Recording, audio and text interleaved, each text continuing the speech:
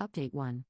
Use dating apps to eat at 5-star restaurants without ever paying a dime until the quiet guy from work matched with me. I thought he was just another lonely wallet. Until he said, "Actually, I think you suggested this place, didn't you?" That's when I realized I'd just been played at my own game. To be special.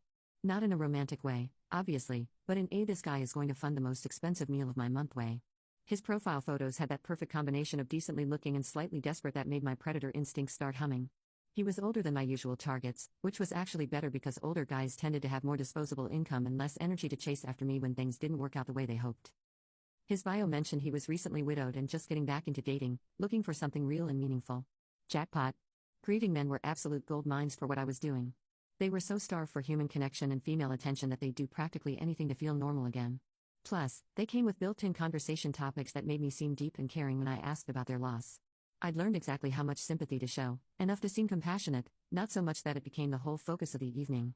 The trick was making them feel like I understood their pain while also being a bright spot in their otherwise difficult time. It was almost too easy. I spent extra time crafting my opening message to Daniel. Something about how brave he was for putting himself back out there and how I admired men who weren't afraid to be vulnerable. Complete manipulation. But guys eat that emotional intelligence stuff up like candy. He responded within an hour with this long, heartfelt message about how hard it had been to even create a dating profile, how most women seem to want something casual when he was ready for something meaningful. I almost felt bad for how perfectly he was setting himself up to be used. Almost. We texted back and forth for a few days, and I played it absolutely perfectly. I asked just enough questions about his late wife to seem caring without making it weird. Shared some carefully crafted stories about my own relationship struggles that painted me as someone who valued deep connections, and slowly steered the conversation toward meeting in person. When I suggested dinner at this new steakhouse downtown that had been getting amazing reviews, he immediately agreed and offered to make reservations. He even asked if I had any dietary restrictions or preferences, which told me he was the type who'd probably insist on wine and appetizers and all the extras that would run up a serious bill. I did my research on the restaurant beforehand, checking out their menu online and noting which dishes were the most expensive. They had this surf and turf special that cost $68, and their cocktail menu started at $15 a drink. The wine list looked promising too, with plenty of options that would add another $40 or $50 to the final bill. I was already calculating that this could easily be a $150 meal, maybe more if I played my cards right and ordered multiple courses.